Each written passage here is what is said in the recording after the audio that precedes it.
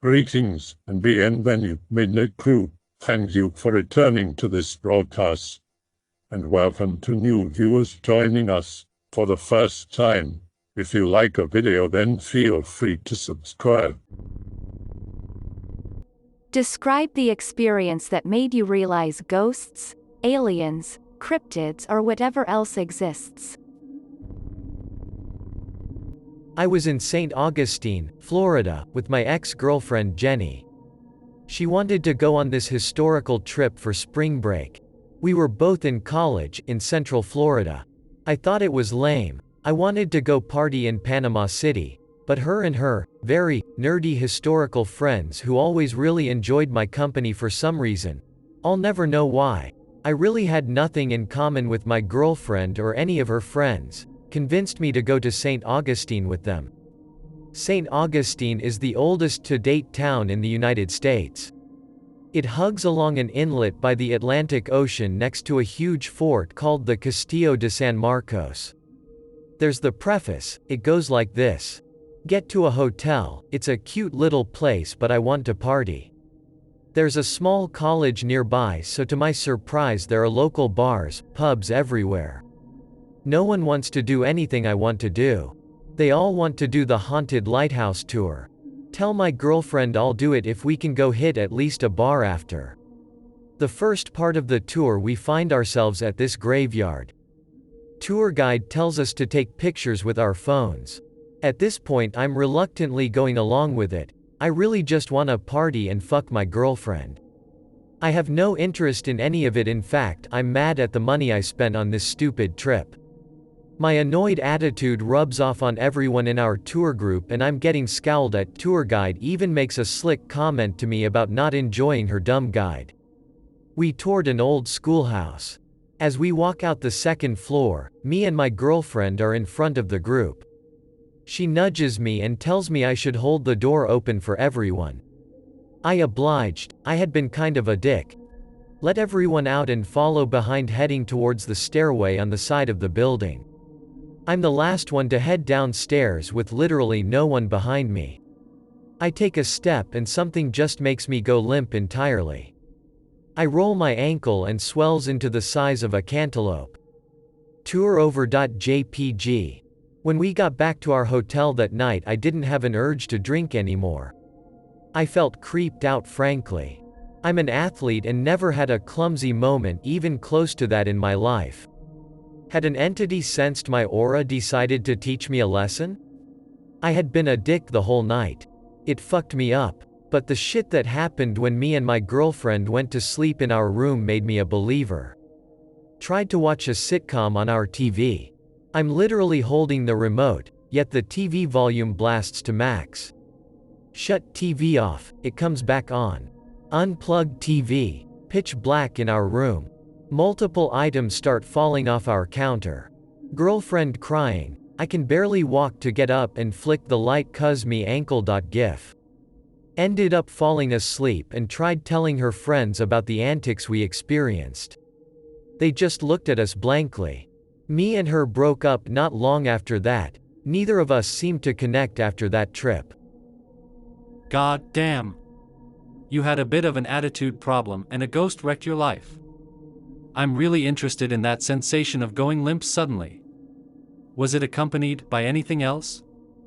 No smells? No specific thoughts? No emotion? I was a punk-ass 21-year-old who liked to party and fight and fuck. I'm 28 now and married, but back then I was pretty selfish. Total 180 from who I am now. I think that lack of awareness to how others perceived me that night is what led to that. As for the fall that sent me down the stairs, it was almost like someone cut a frame out of a stop motion. Like as soon as I lifted my leg to make the first step, I just found myself barreling down. After it happened, I was really stunned, not to mention the pain from almost snapping my ankle. My ex even joked days after that I got pushed by an angry spirit, or even a mischievous child, since it was an old schoolhouse. Now that I think of it, every time I go to St. Augustine something happens. I just went recently with my wife because she's never been, All hell broke loose and it was like something was waiting for me. You guys probably aren't going to believe this. This whole discussion just reminded me of all the media I had saved from St. Augustine. I totally forgot that I went back and filmed the stairs that I fell down. I just took a screenshot of the outside stairwell I fell down. Damn, that looks steep. No wonder you fucked your ankle up. I experimented with metaphysics during high school. There's this neat trick where you can talk to books by opening them at a random page and reading a random phrase. It doesn't take much skill and the conversation is usually to the level of the book you're probing, but you have to consider you're talking to a book. It got weird really quick. After that I said to myself, well, if this is real, I'm going to skip school and find a 4-leaf clover, and in a matter of minutes, after a lifetime of never even seeing one and being almost convinced they're a myth, I had a handful. Like, easily over 6. Since then I can pretty much pick up 4-leaved clovers wherever and whenever, as long as I ask nicely and identify myself and my intentions to the patch of grass. I keep a box of dried ones that I like to give out to unlucky people that I meet. The owner of a missing wallet I find. The owner of a runaway dog that I find. Stuff like that. I can't really explain any of this through any means other than logical conclusions might always point towards probability rather than certainty. When I was in high school, my brother and I shared a room. Beds across the room from each other and parallel. At the foot of mine was one of those old computer stands, where we kept the old CRT TV and some game consoles, etc. Under it was one of those power strips, the ones with the orange light/switch. One night, our best friend was staying the night and we were still kinda chatting in the dark after going to bed. Him and my brother saw a shadow pass in front of the light coming from under the computer stand, moving from the door toward my bed. I, however, didn't see that at all but saw something different. What looked like a disk of light that wasn't illuminating anything around it moved from the corner over the door, to the corner over my bed. The two things happened concurrently, in the span of a few seconds. We freaked out, turned the light on, and didn't sleep till after dawn. I once stayed in a relatively remote cabin with my parents on a Georgia mountain. My parents said they were going to check out a hang gliding spot at the top of the mountain, but I was playing outside and didn't want to go. 5 minutes after they left, I decided I did want to go with them. Being a dumb shit preteen from Florida, I figured I could just walk up the mountain on a random trail behind the cabins and find them. The trail began wide enough, almost a first road cleared and packed earth for easy walking. The path snaked along through the hardwoods winding upwards, but it had no turns, so I wasn't scared of getting lost. Further down the way the path began to grow narrow, trees and bushes gathered inward and the graded and packed earth transitioned into rock and clay. It was little more than a footpath now, heavily wooded on either side. I passed an abandoned wooden barn or shed, entire structure leaning, brown with age, and partially destroyed. I was curious but decided not to look around it further, so I continued on. Abruptly, the small footpath opened to a red clay clearing like a gash in the forest floor, and I'm very confused to find an absolutely pristine condition classic car parked dead center. I don't even give two shits about cars, but this thing was pure perfection. 1960s Dodge Dart, paint job blue as the sky, clean enough to reflect the clouds, bumper and rims gleaming spotless. Cream canvas top, and inside I see a black vinyl bench seat and a man in the driver's seat. The area is a small, friendly, southern hospitality type town, so I'm not scared, more in awe of how amazing this car is. I look at the man and smile, realizing I have probably wandered into someone's property. The man is dressed kind of funny, a dated black suit and fedora hat with dark sunglasses. Again, though, it's kind of a podunk place where people are behind on fashion, so I pay this no mind. I smile and wave and he smiles and waves back. I approach the car. I approach the man to engage in some casual, "Sorry, I'm lost, nice car." But as I step towards the car, I hear something large rush through the leaves in the woods behind me. I turn and see absolutely nothing. I scan the woods and see nothing. Shrugging it off, I turn back to the car and the man, but it's not the same. The car is beyond disrepair, absolutely rotted away by the elements. Not a speck of paint remains on it. The entire thing is completely brown and rusted down to the bumpers and rims that 2 seconds ago reflected the entire forest. Canvas top mildewed and torn open. Bench seat rotted to shreds, exposing rusted springs and dirty foam.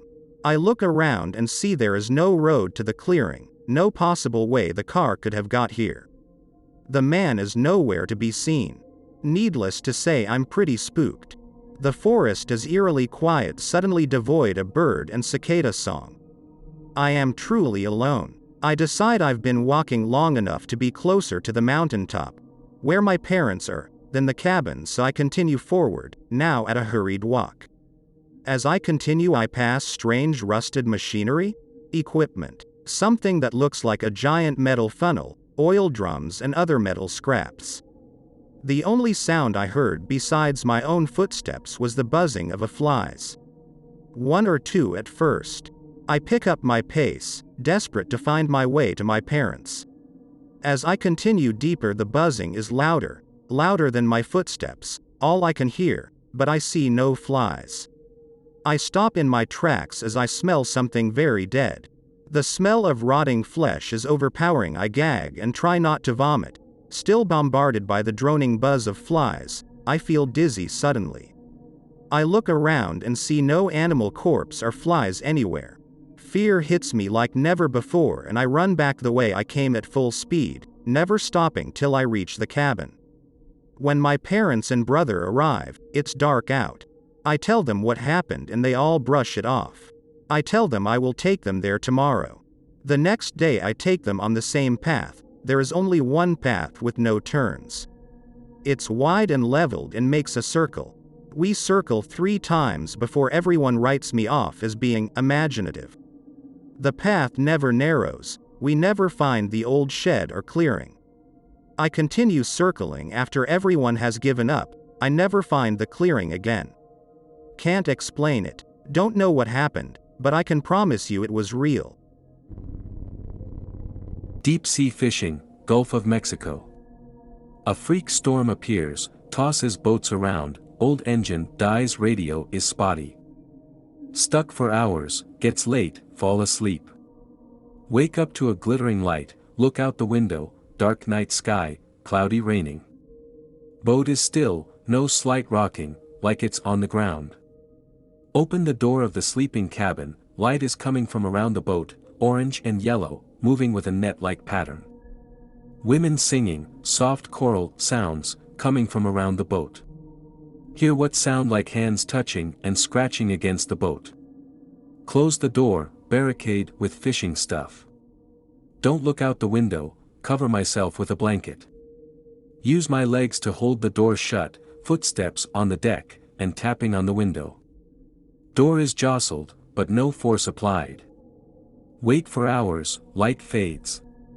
Dark, until sunrise. Could get radio signal, get tugged in by the Coast Guard. Sell boats, never leave land again. I'll give you mine, but it doesn't prove anything. It just shat me up a bit. 2011. I'm lying in bed waiting to fall asleep. My bed is right next to the window, on the 2nd floor, first for Brit bongs, with a driveway beneath. I think this was about midnight during winter. Hear thud on the window right next to my head. What the fucking fuck is that? More thumps on the window. What? Thumping moves off the window and down the outside of the building, across the wall. Thumping starts on the front door to the house. You can't see it, but I lived in a maisonette, so that door at the front of the house went straight upstairs. Keep listening, trying to hold my shit together. Thumping somehow moves through the fucking door and begins its way up the fucking stairs. It sounds like someone totally drunk is trying to get home. Thumping sound is completely fucked. It comes round the corner and is now bumping on my fucking bedroom door. By this point I'm frozen stiff. I'm probably white with fear. Debate with myself whether or not I want to risk dying by getting out of bed to turn the light on to see what the fuck is going on. Leave it there. It stops. The next afternoon, after me and my other 2 housemates got home from work, I told them about it. One guy responds with, "Oh, that's funny, because I was getting ready for bed the other day, and I heard heavy breathing coming from the roof." To this day I have no fucking clue what that was all about. This is where I was, so someone would have had to drag a ladder across the driveway through the little stones just to prank me. Before the thread devolves, I'll share my story too. Be me in 2014 or 2013. Mom's rich friends take our poor asses on an all-expense paid trip to Lake Tahoe for a week. We end up staying in this weird secluded area with rows of cabins on each side of the path. Behind the cabins is the entrance into the woods. First fucking weird thing is we arrive super late, at 2 a.m. and see there is wolf tracks surrounding our entire cabin. Think it's just a pack of wolves or some shit. It's one wolf. It paced around for so long.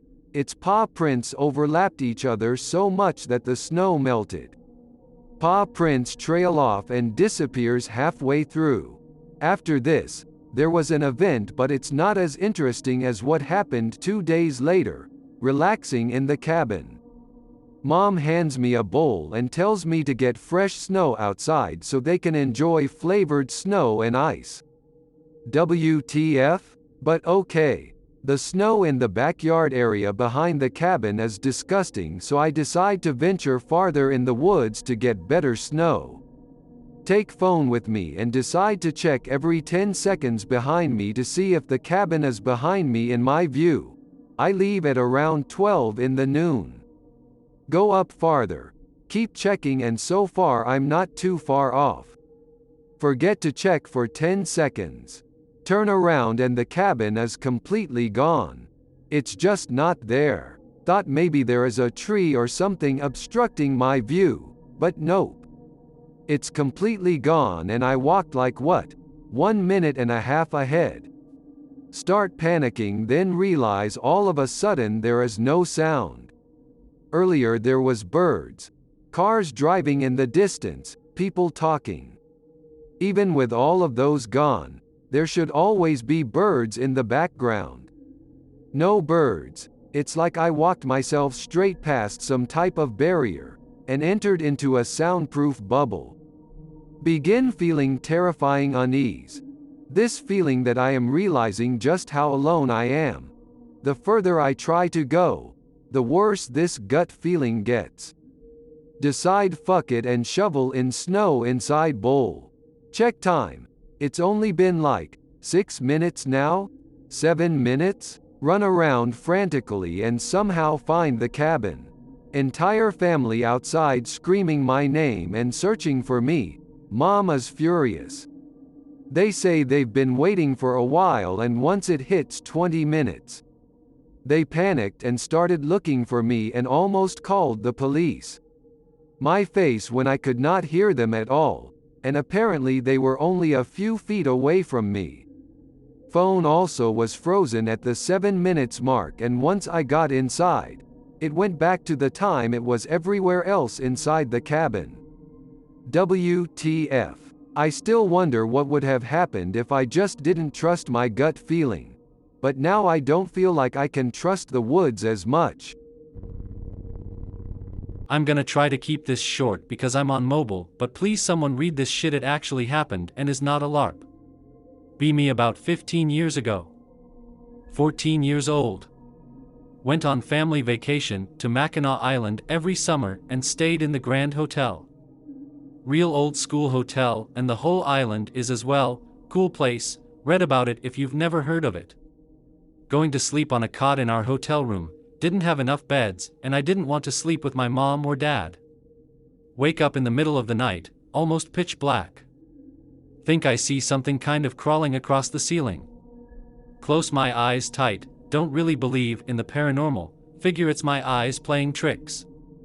Open my eyes. See a pale white face rising over the horizon of my cot. Sit up really fast and look around panicked. Figure it's just a sleep paralysis or a hallucination. Go back to sleep. Wake up next day.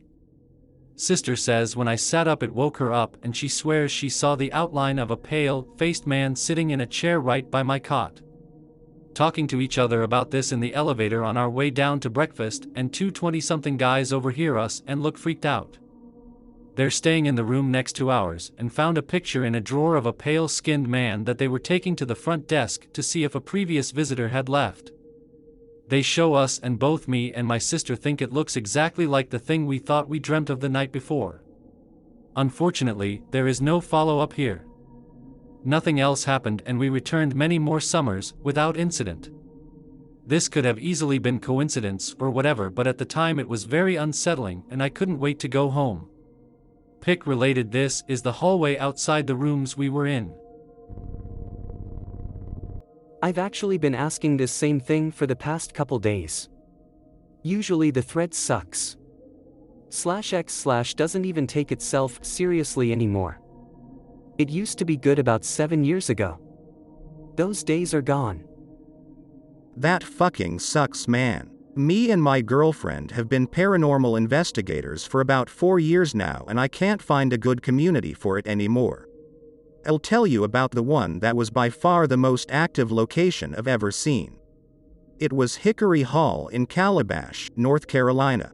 Hickory Hall at one time was owned by a man named Samuel Frink, who was a doctor fired for malpractice. He was also a slave owner, and decided to use his slaves for experimentation for his ideas. He would take them to the attic and chain them to a table he had up there that was slanted on the wall and cut them open and experiment on them. There are even funnels attached to the table for the blood, but there was so much of it that the table is stained with it to this day. The walls by the staircase have scratches where they were trying to hold on to not be taken up there. Also, a woman in the 1930s was chopped up with an axe by her husband when he found out she had been unfaithful in one of the bathrooms, and the axe marks are still on the floor. So me and my girlfriend went there and set up the cameras, and immediately the batteries started dying on all of them even though we had just bought them. All of our equipment did that. So we just decided to wing it without any equipment and just start asking questions. I shit you not, man, doors just started slamming on the second floor and we could hear what sounded like someone running.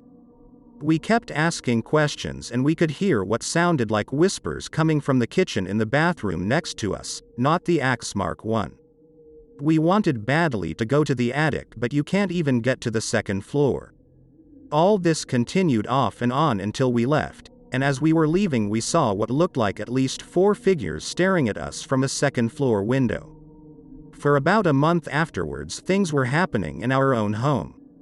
That's one of the risks of paranormal investigations, you don't know if something will follow you home. I meant to share this in another thread, but it somewhat fits the theme here. At any rate, someone may find it interesting. So, firstly, let me share something someone told me online, and then I'll tell you a personal story. So I've got this online buddy. He told me and some other people that his mom sometimes has dreams where people get sick. Every time she has these dreams, they come true. The person she dreamt about gets sick in real life. My buddy said that his mom also had dreams where people she knows in real life die in her dreams.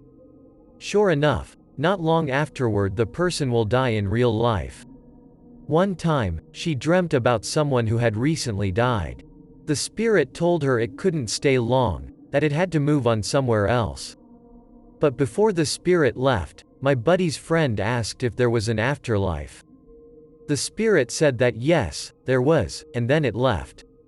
On a different occasion, his mother dreamt that she was lifted out of her bed by someone that she couldn't see. This entity lifted her up by her armpits. Then she saw herself lifted up above her house. She was floating over it, but she could see inside of it, too. She could see my buddy and his brother sleeping in their beds. The entity carrying her said that if she wanted to, they could leave and move on to another place. The entity spoke in a very soothing voice. But my buddy's mom got scared and pleaded with it, saying she wanted to stay with her kids, that she wasn't ready to go. When she woke up the next morning, her armpits were sore. So I asked my buddy if I could share his story here, in a different thread. I ended up getting too busy with school though. I never responded to his story otherwise, but I meant to tell him that my mom had a similar experience when I was growing up. I'll share it here. So when I was younger, my grandfather died. It's too much to go into here, but to be brief, my grandfather abandoned his family for a few years when my mom was a kid. She carried serious anger towards him all her life for that. But when he died, she totally lost her shit. I've never seen her like that. For weeks she stayed in her room and me and my brother weren't allowed to go in there. Then one day my mom came out and that was it. She was back to normal. Years later, she told me that she had had a dream about her dad. She was in her room crying for weeks, and passed out from exhaustion one day. Then her dad showed up in a dream. He held out his hand and said, "You can come with me if you want." My mom reached out and my grandfather grabbed her gently by the wrist. She was about to leave with him, only she heard my grandmother's voice suddenly behind her, shouting, "You can't go. You can't leave your children." And my mom got scared. She thought, I'll be abandoning my kids the way my dad abandoned me. So she knew she needed to let him go, and to forgive him.